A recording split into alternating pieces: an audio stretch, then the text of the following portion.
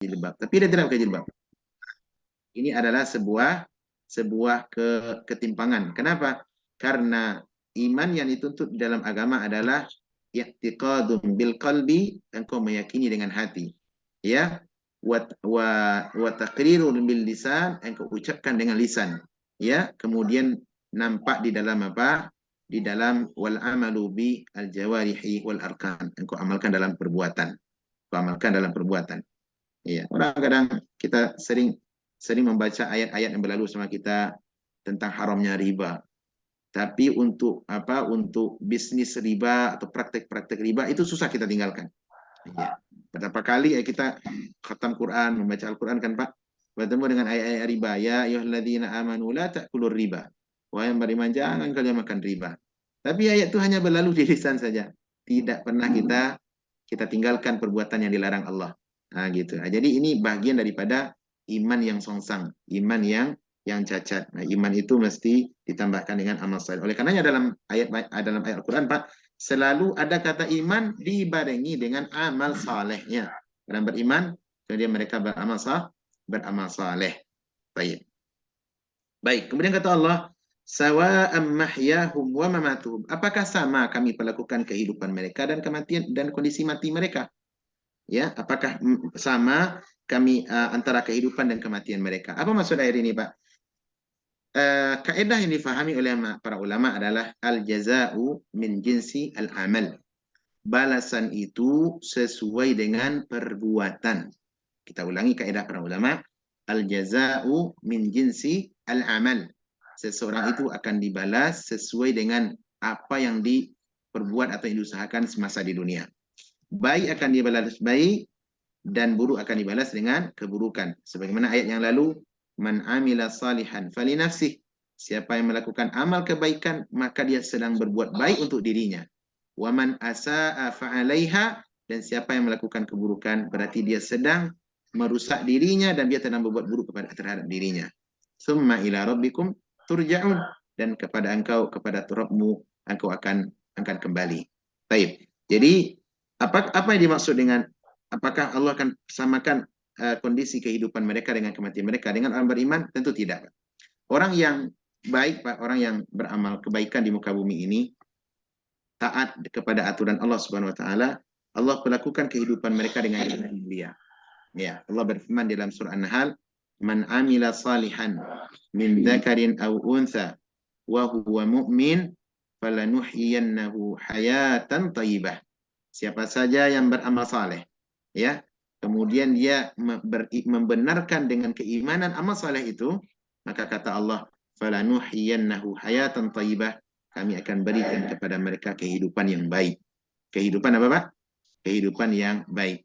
Dan kehidupan yang baik, Pak, tidak harus identik dengan harta yang melimpah ruah, tidak. Walaupun itu bagian yang ada, tetapi tidak harus identik dengan harta melimpah ruah. Karena sebagian orang menyangka seseorang itu hidup dalam keadaan baik kalau dia kaya raya. Serba ada, serba punya, ya. Kemudian dia banyak followernya, banyak pengikut. Tidak itu, Pak. Iya, bisa jadi orang yang memiliki harta melimpah, banyak pengikutnya, dikenal di mana-mana, tetapi dia justru orang yang paling buruk di mata Allah, di sisi Allah. Kenapa? Karena tidak adanya keimanan dan amal saleh. Jadi hayatan thayyibah yang dimaksud apa oleh para ulama yaitu kehidupan mereka adalah kehidupan yang baik, mereka senantiasa bahagia menjalani kehidupan, tidak ada kecemasan pada diri mereka, mereka berlaku adil dan kebaikan di muka bumi. Iya, mereka berlaku kebaikan dan keadilan di muka bumi. Ini yang dimaksud dengan diantaranya itu hayatan thayyibah. Walaupun hidup mereka berkalang kemiskinan. Ya. Kemudian ini di dunia, ya. Adapun orang kafir, Pak, orang kafir diperlakukan oleh Allah di muka bumi, ya, sesuai dengan perbuatan mereka. Orang kafir diperlakukan di muka bumi sesuai dengan apa? Dengan amal perbuatan mereka. Ya. Kemudian wa mamatuhum, dan kematian mereka. Apakah kondisi mati mereka juga sama? Sama Pak antara mati orang muslim dengan orang kafir? Tidak sama, Pak. Berbeda sekali. Datang dalam hadis yang sahih dari yang disebutkan oleh Nabi SAW. Hadis ini adalah hadis yang disebutkan dikeluarkan Imam At-Tirmidzi, bahwasanya suatu kali Nabi SAW pernah menghadiri kuburan. Ketika kuburan salah seorang sahabat Ansar yang meninggal dunia, maka beliau menghadiri kuburan. Sampai di kuburan, menunggu lahat selesai untuk untuk digali agar mayat dikuburkan. Maka Nabi SAW memandang ke langit, kemudian sebanyak 3 kali, kemudian mengucapkan, Ista'idhu billahi min adzabil qabr. Wahai para sahabatku, hendaklah engkau berlindung kepada Allah daripada azab kubur. Daripada apa? Azab kubur. Fa innahu haqqun. Kenapa? Karena azab kubur itu hak dan benar adanya. Maka setelah itu Nabi SAW ya, belum menceritakan bagaimana proses ruh antara orang-orang beriman dengan orang-orang kafir keluar dari jasadnya. Di antara ringkasnya, Nabi SAW mengatakan, ketika seorang muslim akan meninggal dunia, maka malaikat dengan berwajah baik, wajah yang terang, wajah yang bagus sekali turun dari langit, membawa kafan dari surga. Dengan apa? Dengan parfum yang berasal dari surga. Di mana kain kafan tadi, Pak, dibawa oleh para malaikat yang mulia tadi, kemudian mereka duduk agak menjauh dari mayat yang akan meninggal dunia tadi. Muslim yang akan meninggal dunia. Kemudian setelah itu datanglah malakul maut. Datang malaikat pencabut nyawa. Nah, ketika malaikat tadi mencabut nyawa, maka seorang muslim tadi dicabut nyawanya dengan penuh lemah lembut dan kasih sayang. Dengan penuh lemah lembut dan kasih sayang.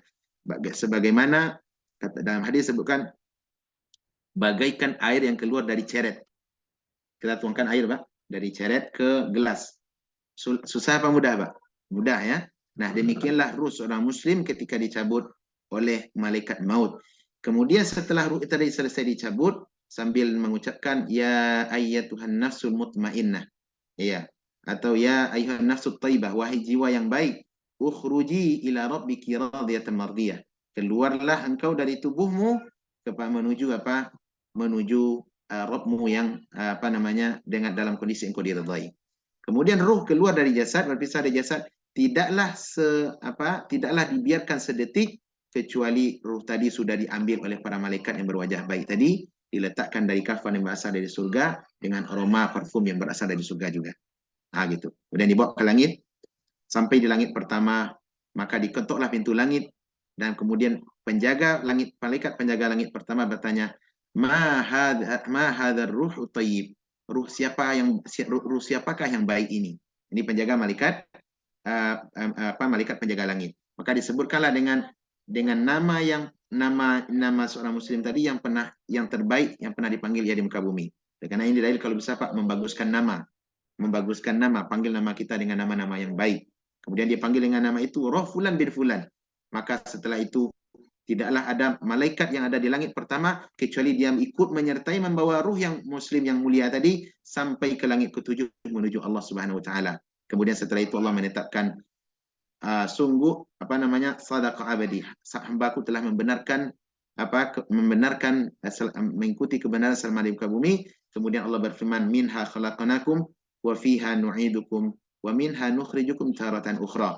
Dari bumilah dulu aku ciptakan, dan di bumi dia tinggal, kemudian maka ke bumi juga dia akan dikembalikan. Setelah itu Pak, ruh dikembalikan dibawa oleh Allah oleh para malaikat yang mulia tadi sampai ke mana? Ke kuburannya, dan setelah itu barulah ditanya oleh malaikat Munkar dan Nakir. Apa pertanyaan yang pertama, Pak? Ditanyakanlah kepada mayat tadi dengan 3 pertanyaan yang ini menjadi usul iman bagi kita. Siapa Robmu? Apa agama yang kau anut dulu di dunia? Dan siapa nabi yang diutus kepadamu? Iya, siapa nabi yang diutus kepadamu? Nah, di sanalah berlaku pertolongan Allah Subhanahu wa taala. Dia akan menjawab, Rabbi Allah. Tuhan yang aku sembah dulu di dunia adalah Tuhanku Allah. Kemudian adapun agama yang aku anut adalah agama Islam. Kemudian nabi yang diutus kepadaku adalah Nabi Muhammad sallallahu alaihi wasallam. Kemudian ditanya satu lagi, bagaimana engkau mengetahui hal itu? Dari mana engkau mendapat informasi itu? Katanya, qara'tu kitaballah wa amantu bihi. Aku membaca Al-Qur'an, aku membaca hadis, kemudian aku beriman dengannya. Setelah itu apa yang terjadi, Pak?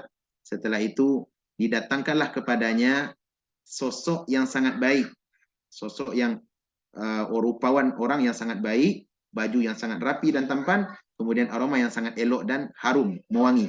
Maka mayat muslim tadi dia bertanya, siapakah engkau yang baik ini? Apa katanya? Ana amaluka saleh. Aku adalah amal saleh yang kau lakukan dulu di dunia. Coba perhatikan, Pak.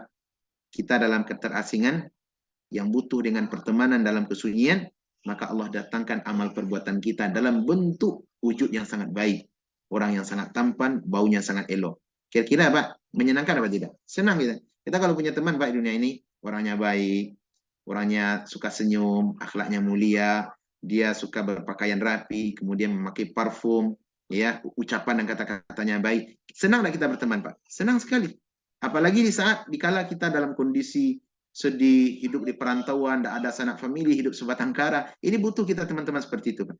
Nah, di dalam kubur Allah wujudkan amal saleh bagikan rupawan orang yang sangat baik. Itulah yang akan menemani kita. Setelah itu kata Nabi SAW, dibukakanlah pintu surga dan diperlihatkan kepadanya tempat duduknya nanti di surga, dan setelah itu diperlihatkan pula lebih dahulu tempat duduk di neraka.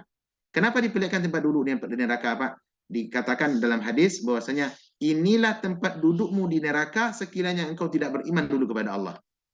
Dan dia melihat tempat yang sangat takut dan mengerikan. Setelah itu dibukakan pintu surga. Nah, disinilah tempat kembali. Kenapa? Karena engkau adalah orang yang beriman di masa dunia. Jadi Pak, apa tujuannya demikian? Kata para ulama, agar dia semakin tahu bagaimana nikmat mendapatkan surga. Kenapa? Karena dia telah melihat kengerian neraka. Kita akan tahu suatu nikmat, Pak, bagaimana ini nikmat atau tidak kalau kita tahu lawannya. Ya, kita akan tahu nilai satu gelas air dikala kita apa? Dikala kita dalam kondisi haus, kehausan yang sangat, kemudian tidak punya air. Kita akan tahu nilai segelas air. Nah, gitu. Maka demikianlah perlakuan muslim yang diberikan oleh Allah di alam kubur. Setelah itu dia melihat tempat duduknya di surga dan dia mengatakan, ya Rabb, aqimis sa'ah. Wahai Allah, segeralah terjadi hari kiamat. Maka ada yang dikatakan kepadanya, nam kanamil arus, tidurlah engkau sebagaimana tidurnya seorang pengantin. Artinya apa? Engkau cukup istirahat sampai hari berbangkit. Inilah perlakuan terhadap muslim. Adapun orang kafir, Pak, orang munafik dan semisal mereka berbeda, di mana ruh mereka dicabut oleh malaikat dengan sangat keras, bagaikan mencabut besi-besi yang runcing dari kain wol. Setelah itu mereka dikatakan kepadanya, ya Tuhan nafsu as-sayyi'ah, wahai nafs jiwa yang buruk, keluarlah dari tubuhmu dengan penuh kehinaan menuju kemurkaan Rabbmu. Setelah itu roh dicabut, maka malaikat yang datang kepadanya justru malaikat yang berwajah mengerikan dan dengan membawa kafan yang berasal dari neraka dengan aroma parfum yang sangat buruk. Ya, bau bangkai yang paling busuk yang ada di dunia. Nah, gitu, Pak. Setelah itu rohnya tidaklah sedetik kecuali ditaruh di atas kain kafan. Nah, selepas itu rohnya dibawa ke langit. Sampai di langit pertama, rohnya orang yang kafir tadi dan yang semisal mereka diketok pintu langit, ternyata pintu langit tidak dibuka. Berbeda dengan pelaku muslim tadi, Pak. Kalau muslim gimana? Dibiarkan rohnya pintu langit dibuka, kemudian diiringi sampai ke langit yang ketujuh. Adapun orang munafik tidak, orang kafir tidak. Nah, disinilah berlaku ayat Allah dalam surat Al-A'raf. Allah berfirman, innal ladzina kadzdzabu bi ayatina la tufattahu lahum abwabus sama' wa la yadkhulunal jannata hatta yalijal jamalu sammil khiyat. Adapun orang-orang kafir yang mereka mendustakan ayat-ayat kami, kata Allah apa? La tufattahu lahum abwabus sama. Allah tidak akan bukakan pintu-pintu langit untuk mereka. Jadi roh mereka tidak dibawa kepada Allah, Pak. Tetapi sampai di pintu langit pertama sudah tertutup. Ya, sudah tertutup. Kenapa? Bau ruh yang sangat busuk. Bau ruh yang sangat busuk. Kemudian kata Allah, wala yadkhulunal jannah. Mereka mustahil akan masuk surga sampai hatta yalijal jamalu fi samil khiyat. Sampai masuknya masuknya onta ke lubang jarum. Masuknya onta ke lubang jarum. Kira-kira gimana, Pak? Jarum berapa lah ukurannya itu, Pak? Mungkin enggak onta masuk ke lubang jarum, Pak Jawahir? Bagaimana caranya onta masuk ke lubang jarum? Nggak mungkin, Pak Ustaz, mustahil. Mustahil. Inilah yang dimaksud oleh ayat, kata para ulama, menunjukkan mustahilnya orang kafir akan masuk surga. Tidak mungkin. Kenapa? Bagaimana seekor onta akan masuk ke lubang jarum yang kecil? Ini tidak mungkin. Iya, ini adalah sesuatu yang Tidak mungkin. Nah, begitulah perlakuan terhadap orang kafir. Kemudian apa yang terjadi, Pak? Ruhnya tadi, karena dia tidak diterima, tidak dibukakan pintu langit kepadanya, maka ruh tadi dicampakkan oleh malaikat ke tempat yang sangat jauh. Disinilah berlaku ayat dalam surah Al-Hajj ayat 31. Wa may yusyrik billah faka'annama kharra minas sama' fatakhtafuhu at-tayru aw tahwi bihi ar-rih fi makanin sahih. Kata Allah Subhanahu wa taala, barang siapa yang mempersekutukan Allah, maka seakan-akan dia jatuh dari langit lalu disambar oleh burung atau diterbangkan oleh angin ke tempat yang sangat jauh. Jadi perlakuan yang sangat buruk, Pak. Coba dicampakkan ke bawah ke tempat yang jauh ruhnya, setelah itu dalam kondisi terhina ruhnya dikembalikan ke mana? Ke jasadnya. Berlakulah pertanyaan yang seperti yang sama. Siapa Tuhanmu? Apa agamamu, dan siapa nabi yang diutus kepadamu. Nah gitu. Jawabannya, pertanyaannya sama, Pak. Nah jawabannya gimana? Jawabannya berbeda-beda. Adapun orang kafir dia akan menjawab, Pak, siapa Tuhanmu? Maka dia mengatakan, la adri. Aku tidak tahu. Iya kan? Aku tidak tahu siapa Tuhanku. Iya. Sami'tun nasa yaqul faqultu mithla ma yaqul. Aku dulu pernah mendengar manusia ucapkan itu, saya ikut pula. Demikian pula Nabi ditanya, apa agamamu, apa nabimu? Dia menjawab yang sama. Aku dulu mendengar manusia mengucap itu, saya ikut pula. Ini dalil, Pak, kata para ulama, bahwasanya urusan keyakinan memang kita tidak bisa ikut-ikutan, tapi mesti belajar. Kita tahu hujahnya, ini ayatnya, ini dalilnya, harus kita tahu, belajar. Iya, dan tidak bisa diwakilkan kepada orang lain. Kenapa? Karena dia orang kafir, kalau sebatas pengetahuan, Pak, mereka tahu, tapi mereka tidak beriman. Mereka tidak tahu dasarnya di mana. Nah, kita sebagai muslim, kita berupaya semaksimalnya mencari apa dasar keyakinan kita, benarkah ada dari Al-Quran dan Sunnah Nabi Sallallahu Alaihi Wasallam. Setelah itu apa yang terjadi, Pak? Dipukullah mayat tadi, mayat orang kafir tadi, disempitkan kuburannya sehingga tulang belulangnya menjadi remuk. Kemudian setelah itu kata Nabi SAW, maka akan didatangkan bermacam, ada kalajengking, ada berupa ular-ular yang berbisa, disebutkan dalam tafsir para salaf bahwasanya mereka akan digigit dengan ular-ular yang berbisa, kalajengking yang menyengat. Luar biasa azab mereka. Dan setelah itu dibukakanlah pintu neraka bagi mereka, pintu surga bagi mereka, dilihatkan inilah tempatmu dahulu andaikan engkau beriman di dunia. Kemudian setelah itu dibukakan tempat duduknya yang asli di neraka, maka inilah tempatmu yang asli karena engkau kafir kepada Allah semasa di dunia. Dia pun merasa kesedihan yang luar biasa. Ini, Pak, satu hadis yang panjang ini hadis panjang sekali, saya sebut secara ringkas, menunjukkan bagaimana tidak sama perlakuan Allah terhadap orang muslim dengan orang kafir.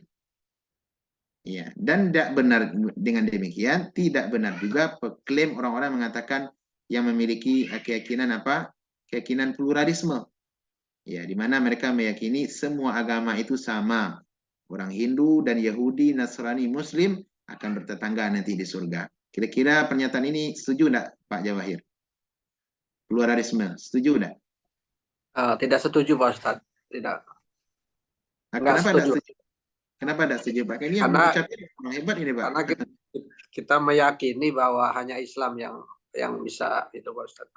Di Masya luar Allah. Islam tidak bisa. Masya Keyakinan Allah, bagus. Iya, bagus. Barakallahu fiik. Berarti sama akidah kita, Pak. Sama akidah kita. Alhamdulillah kita duduk dengan sesama akidah. Adapun orang pluralisme itu orang-orang yang proco, orang-orang yang tidak benar. Mereka ingin tampil seakan-akan membela hak manusia, tetapi mereka menghinakan ketetapan Allah Subhanahu wa taala. Allah sudah tetapkan orang kafir, orang dengan orang muslim tidak sama. Ini salah satu ayatnya. Allah mengatakan di sini tidak sama antara bagaimana perlakuan Allah di kala hidup dan mati mereka. Di kala hidup dan mati mereka. Ya. Kemudian kata Allah, sa'ama yahkumun, dan alangkah buruknya apa yang mereka ucapkan atau yang mereka sangkakan. Jadi memang orang kafir mereka banyak membangun agama mereka di atas persangkaan dan persangkaan. Iya, praduga, persangkaan, kira-kira, dan dasar rasa. Itu agama orang kafir, Pak. Adapun kita muslim tidak, agama kita di atas ilmu dan wahyu, di atas ilmu dan wahyu. Ayat yang semisal ini, Pak, kata Allah juga dalam surah Al-Hasyr, la yastawi ashabun nar wa ashabul jannah. Tidak sama antara orang penduduk neraka dengan penduduk surga. Ashabul jannati humul faizun. Adapun penduduk surga, mereka lah orang-orang yang sukses. Mereka orang-orang yang beruntung. Mudah-mudahan Allah masukkan kita termasuk orang yang beruntung, yaitu penduduk surga Allah Subhanahu wa taala. Baik, selesai ayat 21. Kemudian kita lanjut ayat 22. Kata Allah, ya, wa khalaqallahu as-samawati wal arda bil haqq. Dan Allah yang telah menciptakan langit-langit dan bumi. Allah menciptakan langit-langit dan bumi. Ya, ini dalam khalaqa dalam bentuk fi'il madhi. Berarti perbuatan ini telah berlalu. Dan kita beriman pencipta jagat raya alam semesta ini, dialah Allah satu-satunya. Tidak ada yang bersekutu dan yang ikut menanam saham bersama Allah dalam mencipta langit dan bumi. Ini akidah kita. Berarti maka diesakan Allah dalam perbuatannya, sehingga setelah itu nanti kita esakan pula Allah dalam interaksi bersamanya. Yaitu kita berikan ibadah hanya semata kepada Allah SWT. Baik, Allah ciptakan langit-langit dan bumi. Baik, bil haqqi, dengan kebenaran, dengan tujuan apa? Kebenaran. Apa maksud dengan tujuan kebenaran ini, Pak? Di antara bentuk maksud dari apa dengan tujuan kebenaran ditafsirkan oleh para ulama, ya, seperti Al-Imam Imam At-Tabari, ya, contohnya, rahimahullah, beliau mengatakan ai lil adli wal haq. Allah ciptakan langit dan bumi yang begitu elok ini, yang begitu indah, itu bukan untuk permainan, Pak, bukan untuk hal yang sia-sia saja, atau bukan hanya untuk dekorasi semata, tidak, tapi untuk menegakkan keadilan dan kebenaran. Itu tujuannya, Pak. Jadi ada tujuan yang besar. Ada tujuan yang besar langit dan bumi diciptakan. Nah, datang dalam tafsiran yang lain seperti apa? Seperti Al-Imam Syekh As-Sa'di dalam tafsir beliau Taisir Karimir Rahman. Beliau menafsirkan maksud dari Allah menciptakan apa langit dan bumi dengan mengenal adalah dengan maksudnya dengan kebenaran, ada tujuan, ada hikmah. Apa hikmahnya, Pak? Tujuan terbesarnya liya'buda wahdahu la syarikalah. Agar semua makhluk menyembah kepada Allah semata, memberikan seluruh jenis ibadah kepada Allah semata dan tidak bersekutu dengannya. Ini tujuannya, Pak. Jadi kita simpulkan tujuan alam semesta ini ciptakan langit dan bumi dan semua isinya agar para hamba mentauhidkan Allah dalam hal ibadah. Ini tujuannya, Pak. Sebagaimana ayat dalam surah Az-Zariyat yang sudah kita hafal, "Wa ma khalaqatul jinna wal insa illa liya'budun." Dan tidaklah aku ciptakan jin dan manusia. Jin dan manusia makhluk, Pak, yang hidup di antara langit dan bumi. Apa tujuan diciptakan mereka? Kata Allah, tidak lain kecuali agar mereka beribadah mentauhidkan aku. Liya'buduni, agar mereka bertauhid kepadaku. Itu tujuannya, Pak. Jadi tujuan terbesar langit dan bumi diciptakan agar semua hamba bertauhid kepada Allah. Nah, inilah misi para nabi, termasuk nabi kita yang mulia SAW. Tujuan beliau berdakwah, berjihad agar manusia, seluruh makhluk, keinginan besar beliau adalah agar seluruh makhluk beribadah, ya, membawa mereka dari peribadatan menyembah makhluk menuju Rabb pencipta makhluk. Itu tujuan terbesarnya. Nah, ini adalah goal kita yang semua muslim. Bagaimana kita punya visi yang sama. Bagaimana kita hidup ini berupaya kita terlebih dahulu selamatkan diri, bagaimana saya memberikan seluruh ibadah saya hanya kepada Allah semata, dan kalau bisa saya ajak teman-teman, orang terdekat saya, anak dan istri, keluarga, dan siapapun yang saya kenal, ajak mereka untuk beribadah dari menyembah para makhluk menuju pencipta makhluk. Ya, ini sebuah visi yang besar, sebuah goal yang sangat mulia. Akan berat memang, tetapi ini adalah sesuatu perbuatan yang mulia dan penuh yang harus kita banggakan. Nah, ini tujuannya, Pak. Nah, ayat ini, Pak, memberi juga faedah membantah pernyataan sebagian orang-orang sufi atau orang-orang tarikat yang mereka meyakini bahwasanya Allah ciptakan langit dan bumi ini karena Nur Muhammad. Karena Nur Muhammad. Makanya oleh mereka ada hadis yang palsu, Pak. Ya, dikatakan hadis tapi palsu, bukan hadis. Bahwasanya Nabi mengatakan kepada Jabir, "Ya Jabir, bahwasanya Allah Tuhanmu menciptakan langit dan bumi dengan apa? Karena Nur Muhammad. Karena cahaya Nabi Muhammad." Kira-kira gimana, Pak? Bertentangan enggak hadis tadi dengan ayat ini? Bertentangan, Pak. Kenapa bertentangan? Karena asalnya tidak ada hadis yang bertentangan dengan ayat, Pak. Karena dua-duanya wahyu.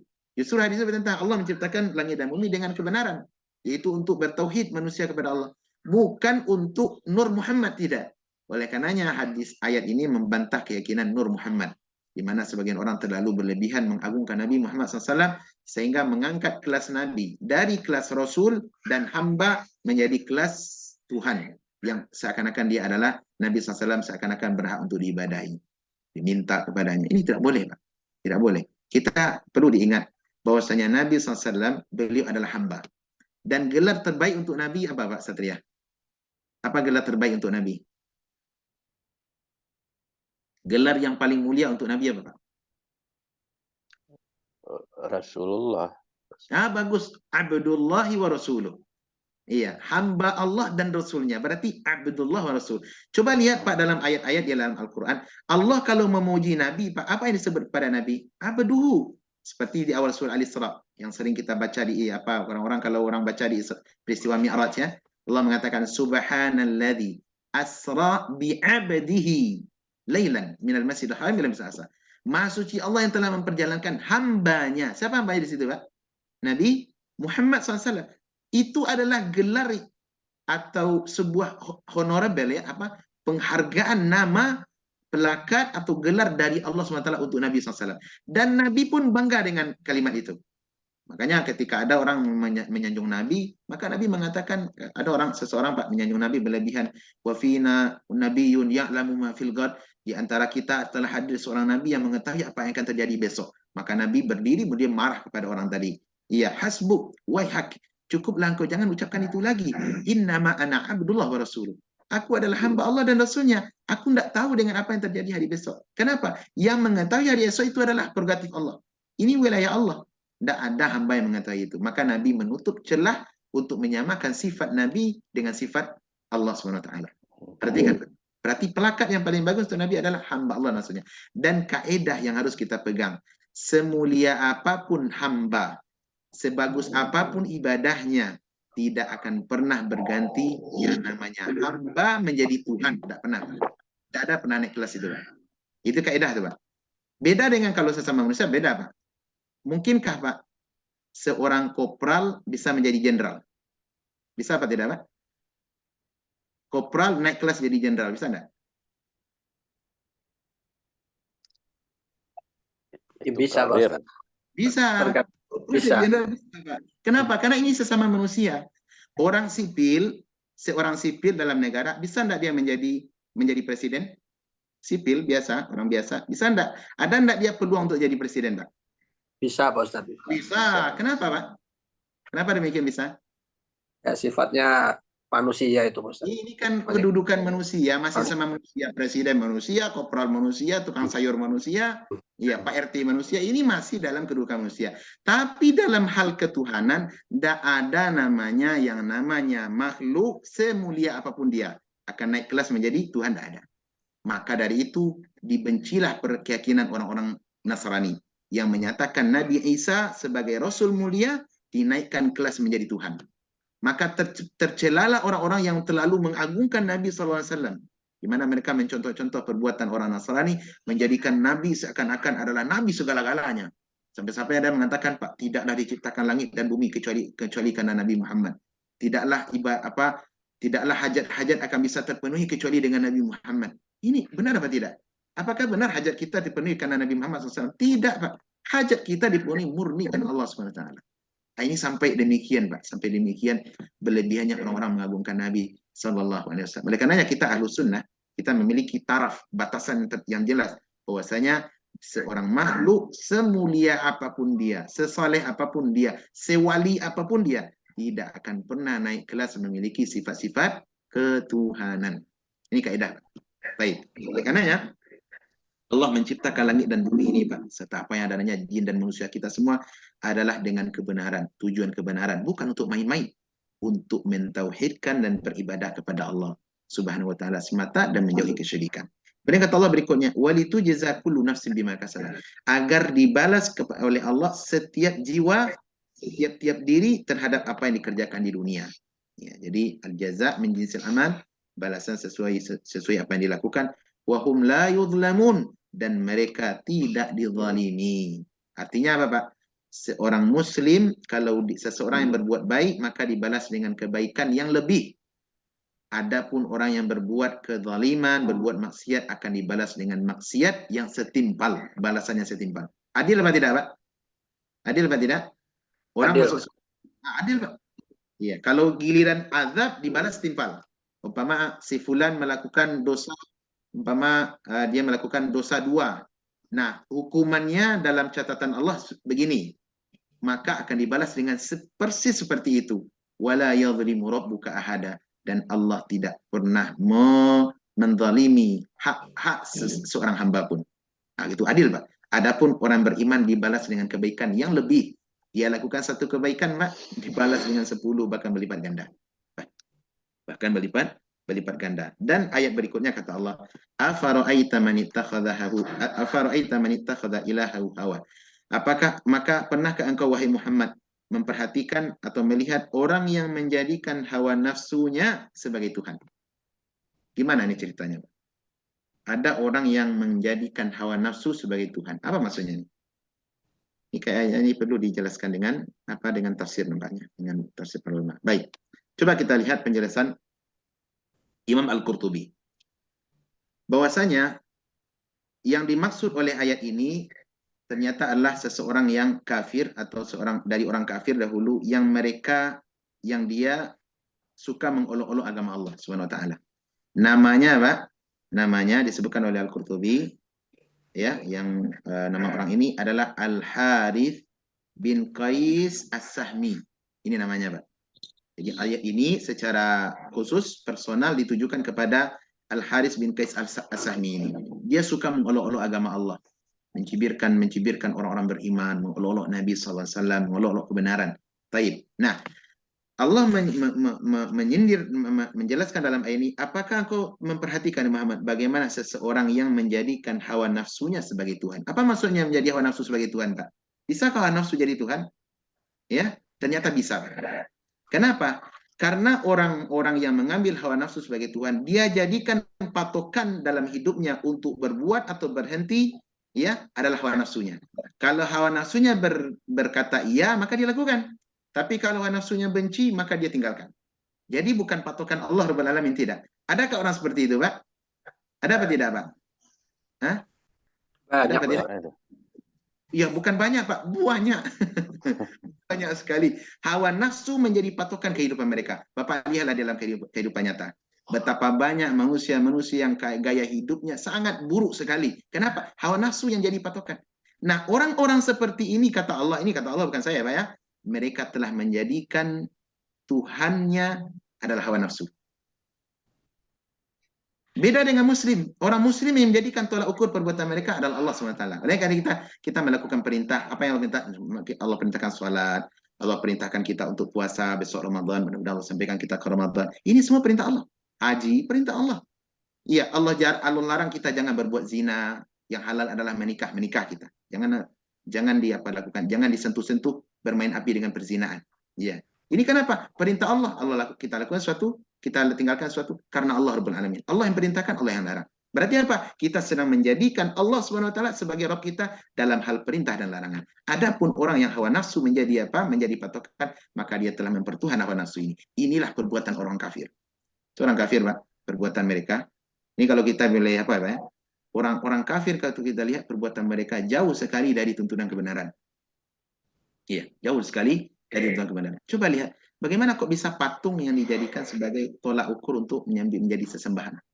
Setelah itu mereka hidup berfoya-foya, berzina, minum khamar, hidupnya adalah bekerja, setelah itu menikmatinya dengan dengan penuh sebagaimana binatang ternak. Itu kehidupan mereka, Pak. Iya.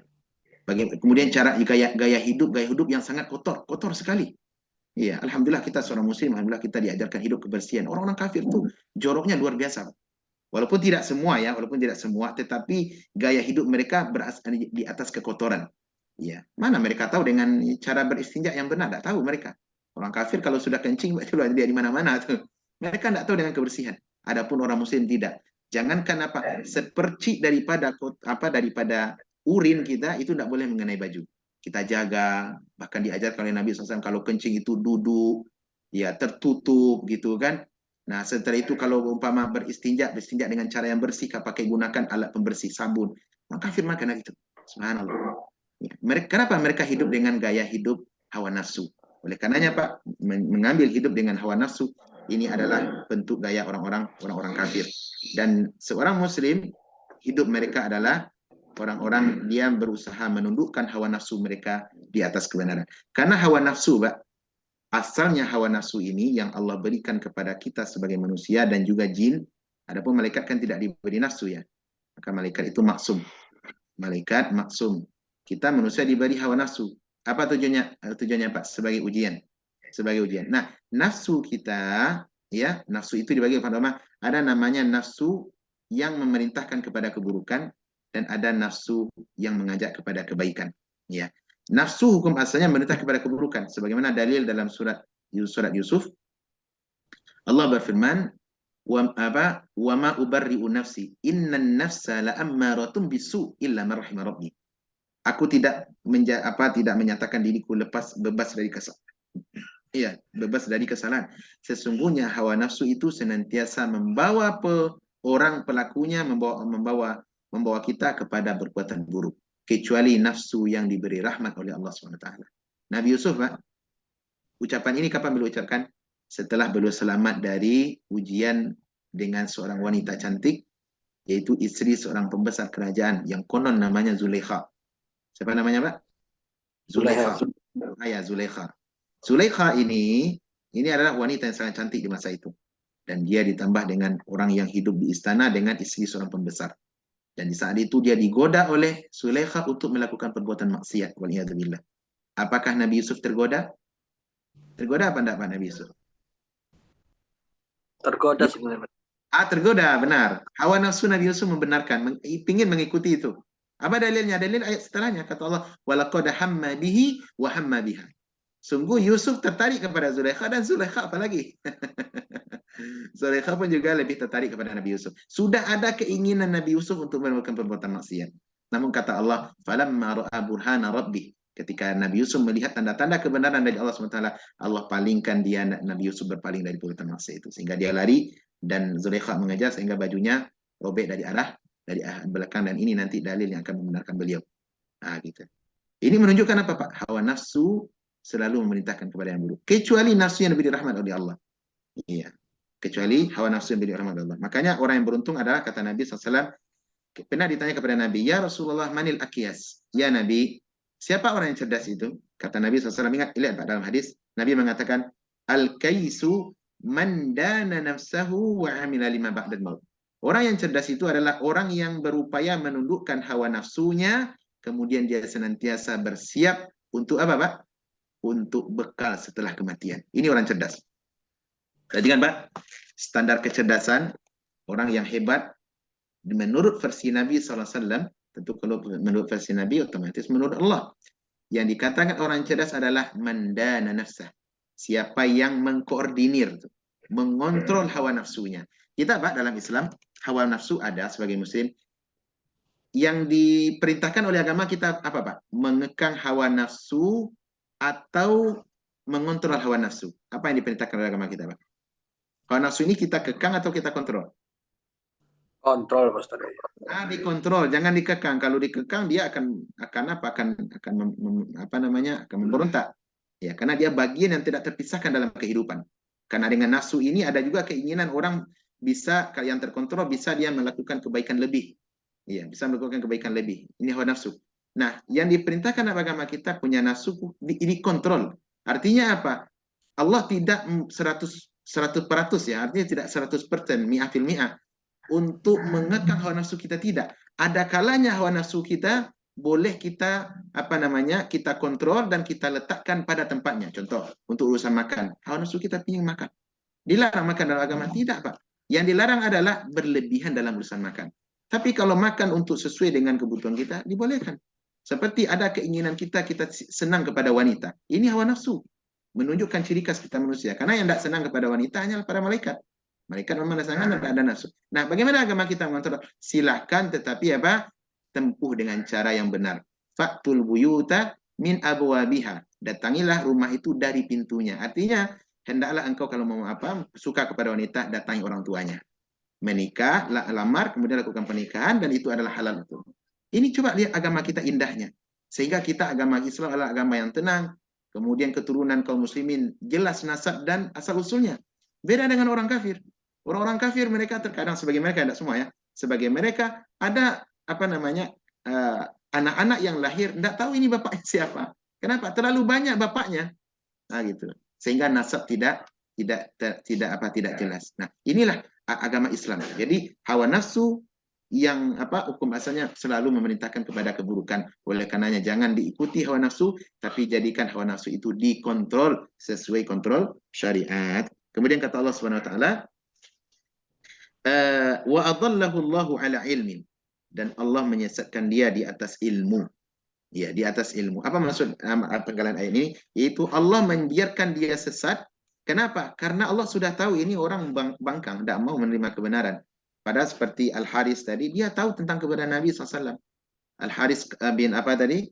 Al-Haris tadi, dia tahu tentang kebenaran Nabi. Al-Quran sampai kepadanya dengan bahasa mereka. Tapi mereka tidak beriman kepada Nabi, dan mereka berupaya untuk menjadikan bermusuhan dengan Nabi SAW. Maka Allah sesatkan mereka di atas ilmu.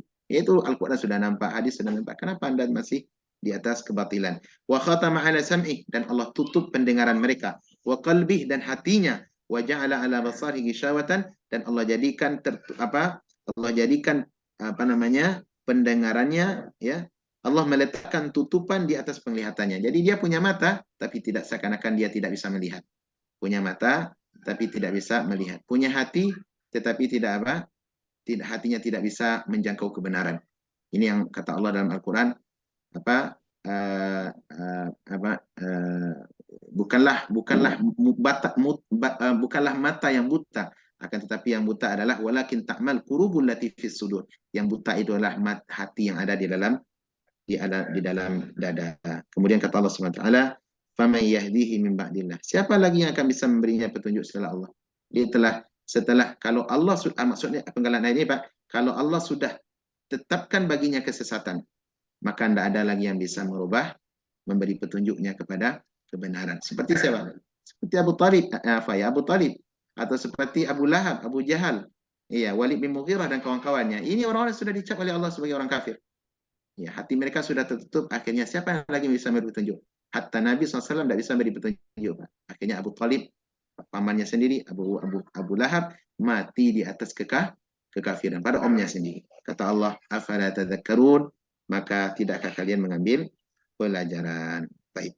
Inilah 3 ayat, ya. 3 ayat ini mudah-mudahan cukup bagi kita untuk malam ini. Insyaallah kita lanjutkan di pekan depan, kita beranjak ke tilawah. أعوذ بالله من الشيطان الرجيم أم حسب الذين اجترحوا السيئات أن نجعلهم كالذين آمنوا وعملوا الصالحات سواء محياهم ومماتهم ساء ما يحكمون وخلق الله السماوات والأرض بالحق ولتجزى كل نفس بما كسبت وهم لا يظلمون أفرأيت من اتخذ إلهه هواه وأضله الله على علم وختم على سمعه وقلبه وجعل على بصره غشاوة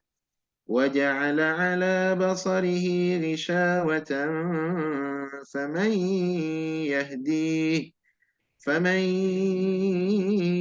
يهديه من بعد الله أفلا تذكرون. Baik, silakan Abu Qari. Baik, Ustaz. Assalamualaikum warahmatullahi wabarakatuh.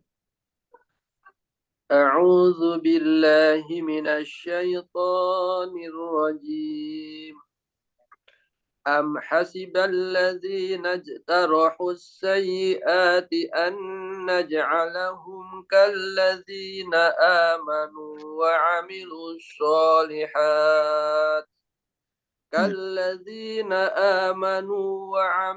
الصالحات سواء محياهم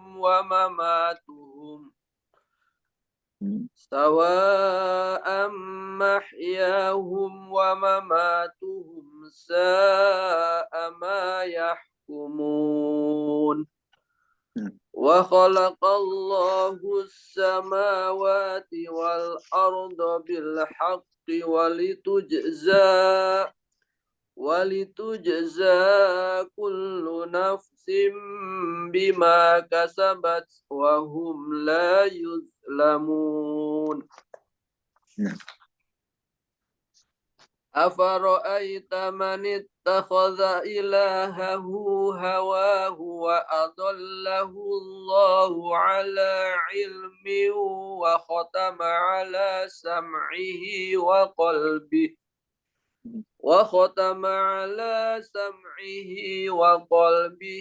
وجعل على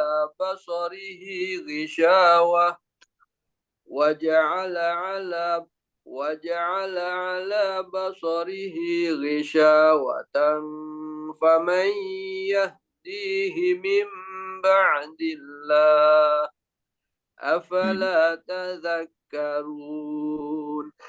صدق الله. نعم ما شاء الله جميل. Ahsanta ya Abah Qari, jazakallahu khairan. Baik, kita dengar dari Bapak Satria, silakan.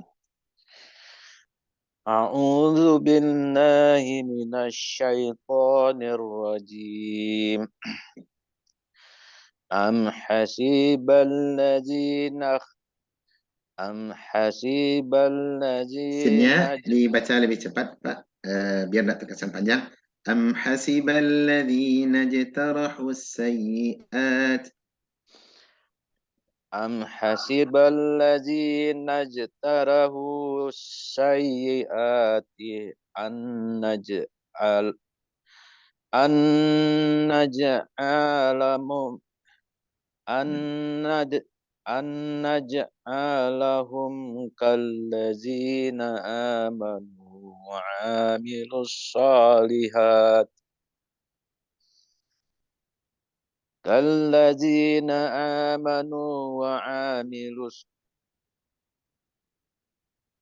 kallazina amanu wa amilus solihat sawa'am mahyahum wa mamatuhum. Mim yang kedua yang panjang ya, Pak. Sawa'am mahyahum wa mamatuhum. Sawa'am mahyahum wa mamatuhum. Sa'a ma yahkumun. Wa khalaqallahu as-samawati wal arda bil haqqi wa litujza kullu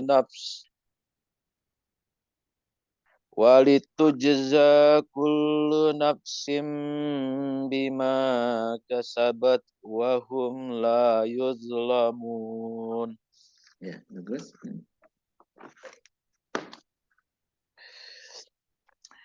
Afara'aita man ittakhadha ilahahu hawahu wa adallahu Allahu ala ilmin wa khatama ala sam'ihi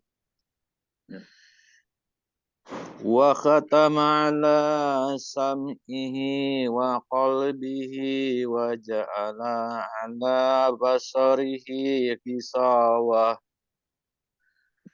faman yahdihi min ba'dillah afala tazakkarun. Masya Allah. Jamil. Hasanan ya Ustaz. Barakallahu fiik Bapak Satria. Iya, Ikram ada Ikram? Ya Ustaz. Masya Allah. Silakan Ikram. Kita dengar dari Ananda Ikram. Silakan. A'udzu billahi minasyaitonir rajim. Am hasibal ladzina ijtarahu sayyi'ati an naj'alahum kalladzina amanu wa 'amilus solihati sawa'am mahyahum wa mamatuhum sa'a ma yahkumun.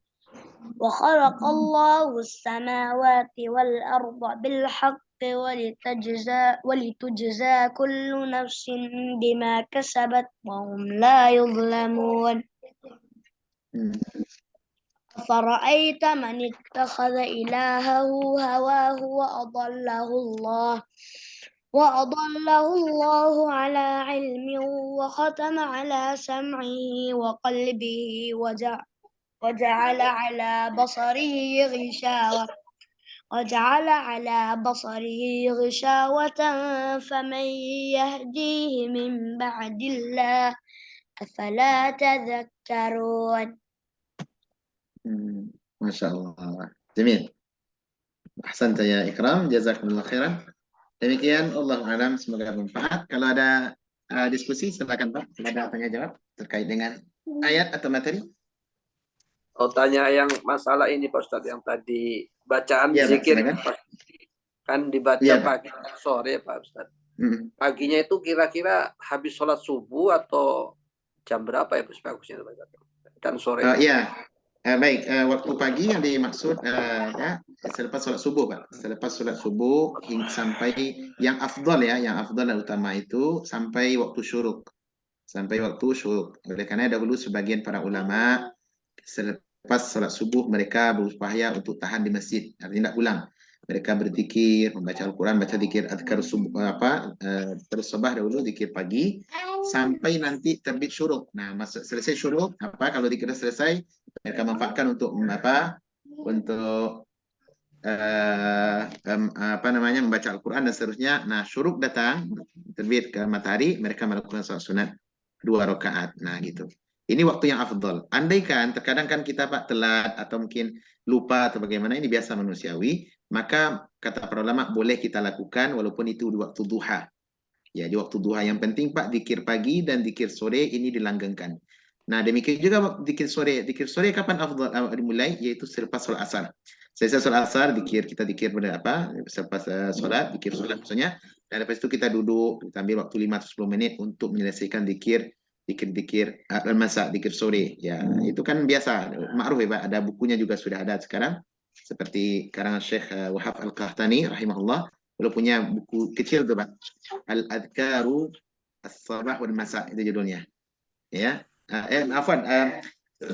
Belum membuat bab satu bab namanya Al-Adhkar As-Sabah wal Masa. Untuk zikir yang dibaca di waktu pagi, kemudian zikir-zikir yang dibaca di waktu sore. Nah, kalau umpama waktu sore kita umpama telat, ya mungkin kita baca nanti selepas sholat maghrib, tidak mengapa kata sebagian para ulama. Kalau itu telat, tapi afdol yang utama adalah selepas sholat asar atau waktu yang lebih dekat dengan itu. Nah, dan zikir ini penting Pak. Zikir ini penting, kenapa banyak keutamaan-keutamaan yang disebut oleh Nabi SAW dalam zikir itu. Ya, seperti tadi membaca, siapa yang membaca dalam di antara zikir yang dibaca, siapa yang baca Allahumma anta rabbi la ilaha illa ant khalaqtani wa ana abduk, dan seterusnya. Ini disebut dengan Sayyidul Istighfar. Kata Nabi SAW di akhir hadis, itu hadis Sahih Muslim, Pak. Hadis Sahih Muslim. Kata Nabi SAW, man qalaha hina yusbih muqinan bihi wa mata fi yaumin wa mata fi yaumihi, maka kata Nabi SAW, mata syahidan. Atau kama qala SAW. Siapa yang membaca zikir tadi, itu Sayyidul Istighfar, salah satu zikir yang dibaca di waktu pagi, dia pagi itu, kemudian dia wafat di siang hari, di hari yang sama, sebelum sore, dengan dia meyakini makna zikir tadi, maka kata Nabi, dia wafat sebagai orang yang sebagai ahlul jannah, sebagai orang yang ahlul jannah. Kemudian siapa yang membacanya di sore hari dengan keadaan dia yakin dengan zikir itu dan wafat dia di malam itu, maka dia termasuk kepada penduduk surga. Subhanallah, ini sebab-sebab husnul khatimah. Sebab-sebab husnul al-khatimah. Oleh karenanya, usahakan kita menghafal zikir ini, atau mungkin untuk pertama kali kita upayakan dengan pakai buku dulu. Saya dulu itu Pak, sebelum saya baca pakai buku, tapi lama-kelamaan alhamdulillah Allah beri taufik untuk menghafal sebagian. Ayo, apa lagi? Dan para ulama juga mengatakan zikir itu bagikan Pak? Bagikan baju besi, bagikan benteng. Jadi seseorang yang berzikir kepada Allah SWT di pagi dan sore hari, seakan-akan mereka sedang masuk ke buah benteng yang kuat. Kalaupun ada nanti syaitan atau orang-orang yang hasad atau orang-orang yang ingin melakukan berbuat buruk kepada kita seperti sihir, maka Allah jaga kita dengan zikir itu. Ini keterangan dari para ulama. Makanya usahakan membaca zikir pagi dan sore hari. Ya, nah, gitu. Dia banyak tuh Pak, ada beberapa, kalau bisa dibawa pakai buku. Nah, wallahu a'lam. Untuk zikirnya tadi la ilaha illallah wahdahu la syarikalah lahul mulku walul hamdu yuhyi wa yumiit wa huwa ala kulli syai'in qadir. Itu satunya. Yang satunya apa tadi Pak Ustaz? Ada subhanallah wa bihamdi 100 kali. Subhanallah bihamdi 100 kali dan membaca istighfar juga 100 kali. Membaca istighfar juga 100 kali. Itu ada dalam hadis, semuanya berdasarkan hadis, Pak. Saya ada bukunya kecil itu. Hisnul Muslim. Hisnul Muslim mana yang buku kecil? Punya kecil, Pak. Kalau di Qatar itu dicetak merah, Pak. Di Qatar, di Saudi cetak merah itu. Kalau di Saudi kita bisa didapat 1 rial saja cuma. Yani wahid rial faqat. Gitu. Pergi kita ke pusaka, Pak. Dapat tuh Syekh Wahab Al-Qahtani, dan itu beliau susun bagus ya, sesuai dengan hadis-hadis yang sahih. Jadi semua zikir itu recommended dari Nabi SAW, bukan karya manusia, tidak. Jadi ucap lu ayat ini, ucap enggak. Nabi yang merekomendasikan. Seperti tadi, siapa yang membaca subhanallah bihamdi 100 kali di pagi hari, maka Allah berikan pahala dengan ampuni dosanya walaupun seperti buih di lautan. Siapa membaca la ilaha illallah 100 kali, maka nanti dia akan datang di hari kiamat dengan dengan pahala yang pahala yang besar, dan dia berbangga dengannya, dan tidak ada orang yang lebih afdol datang nanti di hari kiamat kecuali orang yang membaca lebih daripada orang tadi. Demikian juga membaca istighfar, membaca astagfirullah sebanyak 100 kali. Kemudian membaca hasbiyallah la ilaha illahu hasbiyallahu alaihi tawakkaltu wa huwa rabbul arsyil azim, ini dibaca 7 kali. Ada angka-angka tertentu, tapi intinya jumlahnya tidak melebihi daripada 100. Ada yang 7, ada yang 100 kali. Kalau surat Al-Ikhlas, Al-Falaq, Anas 3 kali ya, untuk zikir pagi dan sore. Gitu Pak. Allah Allah. Ada buku zikirnya, ada Pak Abu Bakari? Ada di rumah? Zikir cuma yang dengan ada riwayat hadisnya itu nggak ada sih Pak Ustaz. Oh, enggak ada. Kalau gitu ada dasarnya saya kasih Bapak Jawahir 1 nampaknya ini. Insyaallah. Saya punya ada 3 atau 4 di rumah. Ya. Kalau boleh nanti saya kasih ke Bapak 1 insyaallah. Insyaallah. Iya, insyaallah. Bisa dibaca. Dia bukunya kecil Pak, buku saku, bisa dibawa dia Pak. Bisa dibawa kemana-mana. Iya. Syukran Ustaz. Ya. Afwan Pak Jawahir, semoga bermanfaat. Baik. Pak Satria, ada tambahan? Ini wa khalaqallahu samawati wal arda. Iya. Yang samawati ini kan jamak nih, jamak langit, banyak langit. Iya, banyak langit. Wal ardi ini mufrad apa jamak? Mufrad Pak, mufrad ya. Mufrad ya, berarti cuman satu bumi aja nih. Ya baik, pertanyaan. Jadi gimana nih? Kabarnya bumi berapa Pak? Berapa lapis? Ya, satu. Kalau langit mungkin kenapa disebutkan banyak di sini? Ya, gimana nih penjelasannya Pak? Iya. Kalau langit kan 7 ya, 7 lapis ke atas. Sebagaimana dalam surah Al-Mulk, sab'a samawatin tibaqa, yaitu 7 lapis langit ke atas. Kalau bumi, kabarnya juga 7 lapis. Tapi di ayat ini 1 aja mufrad kata Pak Satria tadi. Gimana penjelasannya nih Pak? Ini mesti PR kita nampaknya nih Pak. Kalau nggak selesai nggak boleh pulang. Ini mufrad ini. Kalau dijamakkan gimana nih? Aradhin jadinya Pak. Aradhin. Kalau dijamakkan menjadi aradhin ditambah alif dan nun. Iya. Ditambah dengan alif dan nun. Aradhin. Belum pernah ada kelihatannya. Kalau dalam Al-Quran ada enggak aradhin ya? Kayaknya enggak ada ya Pak ya? Enggak ada. Atau gimana Pak?